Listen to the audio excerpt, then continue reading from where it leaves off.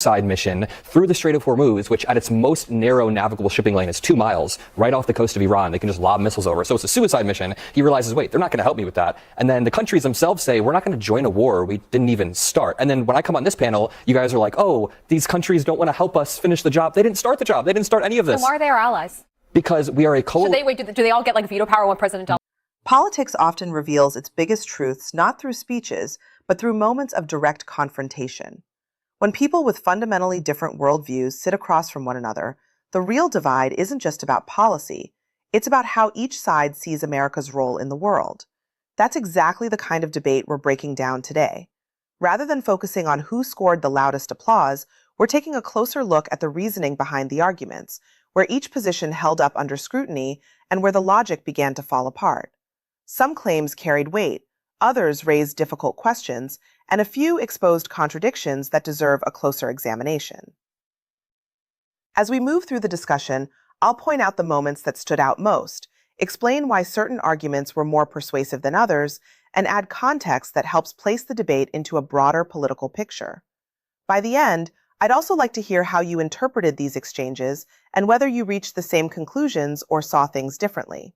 Before we dive in, if you enjoy thoughtful political analysis that goes beyond the headlines, consider supporting the channel by liking the video, subscribing, and enabling notifications so you don't miss future discussions. Now, let's get into the story. Its fourth week, the pressure is mounting on Donald Trump economically, politically, domestically, and globally. Thousands more U.S. Marines and sailors are heading toward the Middle East in what is likely to be a treacherous mission. The president faces the danger of losing control of the war after Israel struck a gas field that he claimed he wasn't aware of. He's facing tensions with allies after he says that they refused his help in the war. He's facing rising gas prices at home, along with higher inflation and lower markets. He's asking for money for a war that is not popular with Americans and a price tag not popular with Republicans. He's facing criticism from many of his own supporters for what they say are broken promises. And all of this is coming as primaries and campaigns are heating up for the midterm elections. This is a Trump administration that is in a perilous moment. Whether you agree or disagree with this war, their decisions from this point forward could really matter not just for how the war progresses, but also the politics of it for the Republicans this year in the midterms. Oh, we're talking not about the midterms. We're talking about history. This is an epochal war. On the other side of it, we don't know what that looks like. But it will not be the world that existed on February 27th. An entire new world exists for us after this. And the president seems as calm and at peace and steadfast and resolute as I have ever seen him, including with tariffs. How he responded when he introduced those tariffs on Liberation Day in 2025 was very erratic. And he was easily moved by the polls and by pressure from Republicans and pressure from the markets. You think so? Oh yeah, he responded to the markets within weeks. The markets have been moving here in ways that the president has not reacted to. Okay. All right. Well, we'll agree to disagree on that one. I'm not sure that he. I think he tried to stick by his guns on a lot of the tariffs, for example. But on this, I mean, you're right. It's going to be incredibly significant what he does. But every day we're getting a different story from Donald Trump about what he is doing. We're not even quite sure that Donald Trump and Israel are on the same page. It doesn't seem like it. I'm glad you brought up the tariffs as well, because when they announced the tariffs, they said this is short-term pain for long-term gain. That was like 14 months ago, 12 months ago, and we're still in the short-term pain part. When are we going to enter the long-term gain part? Because tariffs imposed a $1,000 tax on American families in 2025. Now this war is spiking the price of oil, spiking the price of gas, spiking everything, and the economy is suffering. Now we're entering week 4 of this war that Trump said would be 4 to 6 weeks, and we're sending thousands of new troops to the Middle East, meaning probably take about a week for them to get there. I think it might take a lot longer. Longer than a week. So that means we're going to blow through this 4 to 6 week timeline. We're experiencing major mission creep already before we even reach this. Mission creep is when the size, scope, and scale of the mission slowly expands. We experience in Afghanistan and Iraq, and I'm very worried that's going to happen now. Just briefly to respond to you, I agree. I will say that I don't think the president and his subordinates have said as early and often as they should, because that's a messaging operation. Say it again and again and again until everybody can repeat it. Exactly what the purpose of this war is and why it was necessary. But the purpose of this war, as they have said, perhaps not to my satisfaction with the frequency, a lot of things. But nevertheless, no, they have said that we need to degrade and eliminate Iran's capacity to project power abroad. And when they project power abroad, they kill Americans. We've gotten really good at interdicting the amount of effort that the Iranians put into killing us. And it takes a lot of time, a lot of resources, a lot of personnel. It's one of the reasons why we can never execute the pivot to Asia.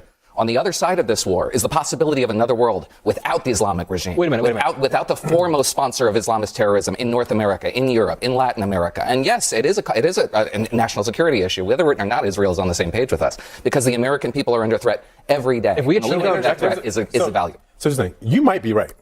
It might be that eliminating Iran was the most important thing. The question I have is why, if that's true, why didn't the president take the time to try to woo the American people, to get them onto his side, to build a coalition with our allies, to get them onto our side, so we could go out and actually we could prosecute this war with our country being behind it, and our allies standing with us. Instead, what we have is a president who seems to only know how to use the sticks these days. He doesn't know how to use the carrots. And so we are at this point where it seems like we're making it up as we go, and he's upset because he can't get anybody else in the world to join us. But he's been talking trash about them for 18 months. Here's what he wrote about NATO on Friday. He said, without the USA, NATO is a paper tiger. They didn't want to join the fight to stop a nuclear-powered Iran. He calls them cowards, and he says, we will remember. I think the question that comes up for me is that doesn't seem like a message that's written from a position of strength. If you have allies, treaty allies, that you then have to turn around and insult and reprimand and all of that stuff because you couldn't convince them to come along with you on something, that seems like a sign of weakness. I think it actually is the opposite. It's How the is fact it a sign? that How does let it me show finish my strength answer. that he It's the fact that he's willing he can't get NATO to come along with him? First of all, it's the fact that he's willing to lose our allies because they so much don't contribute to our own efforts that he says we don't need it. Take it or leave it. If we have them, great. If we don't have them, we don't need them. Second of all, when it comes to NATO, this is an organization that had never funded appropriately their own share of the burden, and they have been pissed at Donald Trump since the day he came down that escalator because he has wanted them to pay for their fair share. Last but not least, look, the Strait of Hormuz is not just beneficial to the United States, okay? Europe is also benefiting from it, right? Sulfur travels through that Strait of Hormuz. That sulfur then goes to Africa for farming. It goes to Europe for farming. They also need to hope and pray that that thing can open. So the fact that right now the United States has done a lot of the bulk work and is saying, can you guys now come and step up because you are our allies? Should you not help us when we need some help? We're doing the bulk work of a war that we started? But we're We started not a war picking because sides. Iran started a war 47 years ago. We're finishing the war. Wait, we But started. we're not picking sides for backyard soccer here. Wage a war. And that means you got to bring people along with you onto your side. And so the question is, why are they just now figuring this out? I don't. There is no answer to that question. Why didn't we spend the time that we spent? And those of us who are old enough to remember going into Iraq, right? Right. Before that, George Bush, even though I disagree with it, but he had a mounted campaign going to United Nations, talking to the American people, stories in the newspapers. So the American public was on board with than this. that. Coalition of the willing. I mean, look, More than that. it's been 47 years. What's a few more months getting allies on board? Well, Why I'll tell couldn't you, they do this that? was an emergency exigency. This wasn't an 8-month Was build-up. it? Yes, it was. Because after Midnight Hammer, we had evidence, and I think the administration Gabbard said the recognized opposite this week that they in her had testimony. that they had evidence that they were not. She said, that they had evidence that they were not developing their nuclear program. What they have said, because they lack the resources to get that material out of the lightly irradiated tons of rubble that it's under, what they said is that they're building it with more speed and alacrity than we can build interceptors, ballistic missiles. And this was an emergency buildup because of the protests in December and January. That happened out of the blue. Listen, and then we got the regime that appeared argument weak. that ballistic missiles alone are a justification for war with Iran is not even an argument that this administration is making. They make it all the time. They made were it in the making press the briefing case. yesterday. They were making the case that Iran was a nuclear threat and that we would never let them have a nuclear weapon. Their ballistic missile capability was not such that nobody has argued that it could reach the homeland. It is. There's no That's not argument the of argument that. they're making. Israel has been and remains in the zone of danger.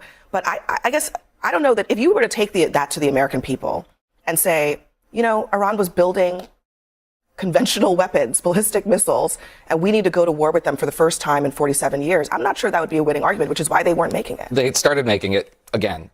Right before the war, but during the war and afterwards. And the argument is very clear that this is a missile capability that will deny us access so that we can't do another Midnight Hammer without experiencing unacceptable losses and maybe not achieving our mission results. The reason why this happened in 2 months is because we had a window of opportunity. The intelligence was there to hit their leadership, and we decimated their leadership. The regime was weaker than it had ever been, experiencing the worst protests they had ever seen. It wasn't an 8-month buildup, and it's looking like an exigency, an emergency contingency operation, because that is what it is. The contradictions here are endless. So in one breath, this is a 47-year war. It's been going on for 47 years. In the next breath, there was an imminent threat coming from Iran. And then the next breath, we were just trying to defang their nuclear capabilities. And then one person will say, we did defang the Iranian regime. But then Trump is now mobilizing thousands of more troops. So obviously this is going to be elongated and continue to happen. Here's a timeline regarding the Strait of Hormuz as I see it, because you guys were talking about it. Donald Trump claimed that he was going to assemble a group, a coalition, if you will, of powerful countries to escort ships through the Strait of Hormuz. He then realized, the same international community that I have been antagonizing for the past 2 years isn't going to want to go on a suicide mission through the Strait of Hormuz, which at its most narrow navigable shipping lane is 2 miles right off the coast of Iran. They can just lob missiles over. So it's a suicide mission. He realizes, they're not going to help me with that.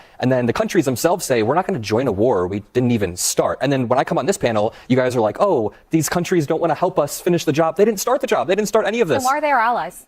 Because we are a Should they do they all get like veto power when President Donald Trump does? NATO is a defensive coalition meant to defend countries. Article 5 is invoked when one is attacked. Article 5 is not invoked when we attack a country. That is a fundamental axiom of NATO. Right. And I think what President Trump's argument is that if these people nonetheless are supposed to be our friends and our allies, put NATO aside, he thinks of them as our friends. If during our time of... Wait, does Trump think of them as our friends? I think the United States as a whole... He leaked texts with the Prime Minister of Norway. I think the United States as a whole does. I think President Trump personally thinks that our allies probably need to be...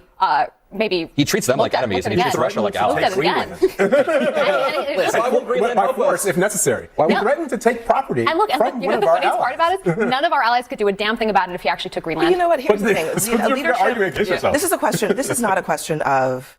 I mean, if it were just a question of who's stronger and who's not, then yeah, what would be the point of alliances? But it is a question of leadership. And again, I mean, as we were talking earlier about the president's inability to actually develop a coalition for something that presumptively is in the global interest, that seems to me like the clearest sign of the weaknesses of their ability to convince not just us in the layman world, but these are other countries they can share intelligence with of the actual objectives of this conflict. Yeah, I actually don't begrudge any European power that's a little miffed at how they've been treated over the last year, especially since they've been hearing from the Pentagon NATO should be an in-theater operation. Right. The alliance should be acting in Europe's interest and only in Europe, and then all of a sudden the administration comes around and says, hey, why don't you help us go to the Middle East in West again. Asia? At the same time, however, we need their ships as escorts. One of the most revealing themes to emerge from this debate wasn't about a single policy. It was about consistency. A central argument challenged the tension between criticizing long-standing allies for years and then expecting those same partners to respond immediately whenever Washington needs their support. International relationships rarely function that way. Trust, once weakened, isn't restored simply because circumstances change. That contradiction became even more noticeable when the conversation shifted toward the idea that American power alone could overcome any international resistance if it truly wanted to.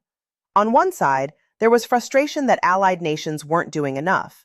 On the other, there was confidence that their opinions ultimately wouldn't matter anyway. Those two messages point in opposite directions. It's difficult to ask for dependable cooperation while simultaneously suggesting that partnership is optional.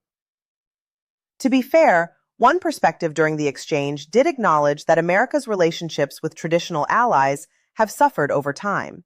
Even while arguing that cooperation remains essential in strategically important regions, such as the Strait of Hormuz, there was at least recognition that strained alliances come with real diplomatic costs.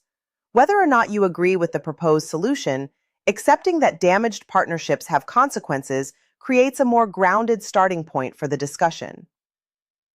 The broader issue reaches beyond any individual disagreement. It raises a larger question about how modern American leadership views the international system built after World War II. Those alliances weren't established merely as symbols of friendship. They became part of a long-term strategy designed to strengthen security, expand influence, and discourage conflict through cooperation. Critics argue that treating these relationships as liabilities instead of strategic advantages risks weakening one of America's most effective foreign policy tools. Another inconsistency also deserves attention. Public rhetoric frequently emphasizes protecting a shared Western identity and reinforcing common values across North America and Europe. Yet at the same time, many of the same allies are often portrayed as unreliable, ineffective, or undeserving of support. When those messages are placed side by side, an obvious question emerges. If these partnerships are considered so valuable, why repeatedly undermine confidence in the very countries expected to stand alongside the United States? The debate also highlighted concerns about how major foreign policy decisions appear to take shape.